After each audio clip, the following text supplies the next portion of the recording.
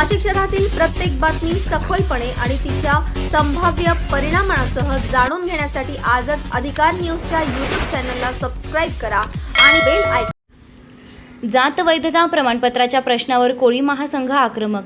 जिल्हाधिकारी नाशिक यांना निवेदन सादर। 20 ऑक्टोबर 2023च्या बैठकीतील निर्णयांची तातडीने अंमलबजावणी करा। शासनाला परिपत्रक काढण्याची जमातीतील कोळी समाज बांधवांना जातीचे दाखले व वैधता प्रमाणपत्र सुलभ पद्धतीने मिळावं, तसेच रक्त नात्यातील व्यक्तींना जात वैधता प्रमाणपत्र देण्याबाबत शासनानं तातडीने परिपत्रक काढावं, या मागणीसाठी कोळी महासंघाच्या वतीने माननीय जिल्हाधिकारी नाशिक यांना निवेदन सादर करण्यात आले। या निवेदनाद्वारे मुख्यमंत्री व संबंधित विभागांकडे तात्काळ पाठपुरावा करण्याची मागणी करण्यात आली आहे। कोळी महासंघाचे राष्ट्रीय अध्यक्ष माननीय आमदार रमेशदादा पाटील यांच्या मार्गदर्शनाखाली राज्यभरात समाजाच्या विविध प्रलंबित प्रश्नांबाबत सातत्यानं पाठपुरावा सुरू आहे। त्याच अनुषंगानं तत्कालीन मुख्यमंत्री यांच्या अध्यक्षतेखाली 20 ऑक्टोबर 2023 रोजी मंत्रालयात झालेल्या महत्त्वपूर्ण बैठकीत अनुसूचित जमातीतील कोळी समाजासह इतर समाज बांधवांना जात प्रमाणपत्र व जात वैधता प्रमाणपत्र मिळविण्याची प्रक्रिया अधिक सुलभ करण्याबाबत सकारात्मक निर्णय घेण्यात आले होते। विशेषतः रक्त नात्यातील व्यक्तींना आधीच वैधता प्रमाणपत्र मिळाले असल्यास त्याच आधारे इतर पात्र नातेवाईकांना सुलभ पद्धतीने जात वैधता प्रमाणपत्र देण्याबाबत चर्चा झाली होती। मात्र या बैठकीला जवळपास 2.5 वर्षांचा कालावधी उलटूनही संबंधित निर्णयांची प्रभावी अंमलबजावणी झालेली नसल्यानं समाजामध्ये नाराजीचे वातावरण निर्माण झाले आहे। राज्यातील विधानसभा निवडणुका, स्थानिक स्वराज्य संस्थांच्या निवडणुका तसेच विविध प्रशासकीय कारणांमुळे या विषयांवरील परिपत्रक काढण्यास विलंब झाल्याचं सांगितलं जात असलं तरी समाजाच्या दृष्टीने हा अत्यंत महत्त्वपूर्ण विषय असल्याचं महासंघानं निवेदनात नमूद केले आहे। सध्या हजारो विद्यार्थी शैक्षणिक प्रवेशासाठी, तरुण नोकरीसाठी तसेच विविध शासकीय योजनांचा लाभ घेण्यासाठी जात वैधता प्रमाणपत्राच्या प्रतीक्षेत आहेत।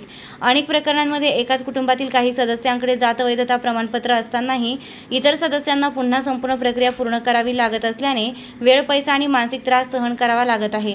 त्यामुळे शासनानं तातडीनं धोरणात्मक निर्णय घेऊन प्रक्रिया सुलभ करावी अशी मागणी करण्यात आली आहे। कोळी महासंघाचे नाशिक विभाग प्रवक्ता तथा आदिवासी संघर्ष समितीचे महाराष्ट्र अध्यक्ष विशाल माळेकर यांनी जिल्हाधिकारी नाशिक यांना सादर केलेल्या निवेदनात 20 ऑक्टोबर 2023 रोजीच्या बैठकीतील इतिवृत्तानुसार शासनानं तातडीनं परिपत्रक काढावे व संबंधित विभागांना आवश्यक निर्देश द्यावेत अशी मागणी केली आहे। तसेच समाजाच्या न्याय हक्कांसाठी कोळी महासंघाचा पाठपुरावा यापुढेही सुरू राहणार असून आवश्यक असल्यास राज्यव्यापी आंदोलनाचा विचार केला जाईल असा इशाराही देण्यात आला आहे। यावेळी कोळी समाजाच्या विविध संघटनांचे पदाधिकारी, कार्यकर्ते व समाजबांधव उपस्थित होते। समाजाच्या अनेक वर्षांपासून प्रलंबित असलेल्या प्रश्नांवर शासनानं सकारात्मक निर्णय घेऊन कोळी समाजाला न्याय द्यावा अशी अपेक्षा उपस्थितांनी व्यक्त केली आहे। वृत्त संकलन अधिकार न्यूज, संचालक संपादक प्रवीण नेटावणे, नाशिक। महत्त्वाचा मुद्दा असा की इंग्रजांच्या काळापासून एक जातीच्या याच्यावर लिहायचे, पूर्ण जात नव्हते लिहत, फक्त कोळी लिहायचे। कोणाच्या कोळी आहे, कोणाच्या अशा शॉर्ट फॉर्म आहे नाही का त्याच्यात लिहिलं कोळी आहे।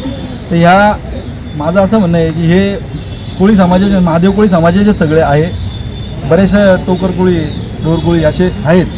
हे सरसकट सरकारने त्याची एक GR काढावा की हे महाराष्ट्रातले मूळ आदिम महादेव कोळी समाजाचे आहेत।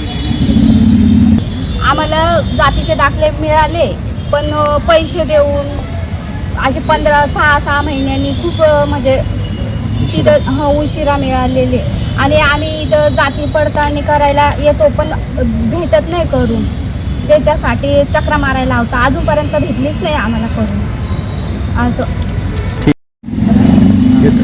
मी गुलाब सावराम गांगोडे, कोळी महासंघाचा जिल्हाध्यक्ष म्हणून काम करतो आहे।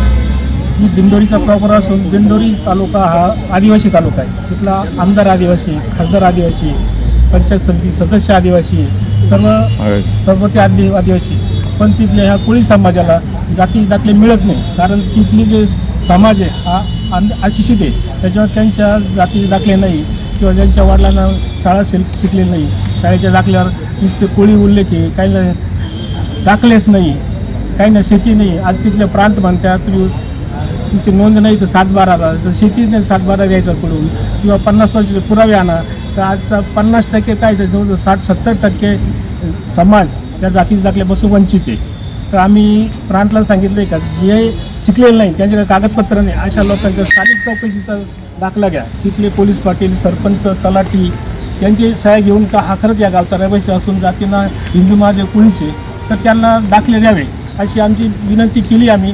आजही प्रांत साहेबांना मी किंवा कलेक्टर साहेबांना मी विनंती करायला चाललो आहे आणि त्यांना निवेदन देते. निवेदनाद्वारे जर त्यांनी आमची समस्या लवकरात लवकर सोडली तर ठीकच आहे, नाही तर आम्ही आचारसंहिता संपल्यानंतर आम्ही मोठं जन आंदोलन करणार आहे. धन्यवाद.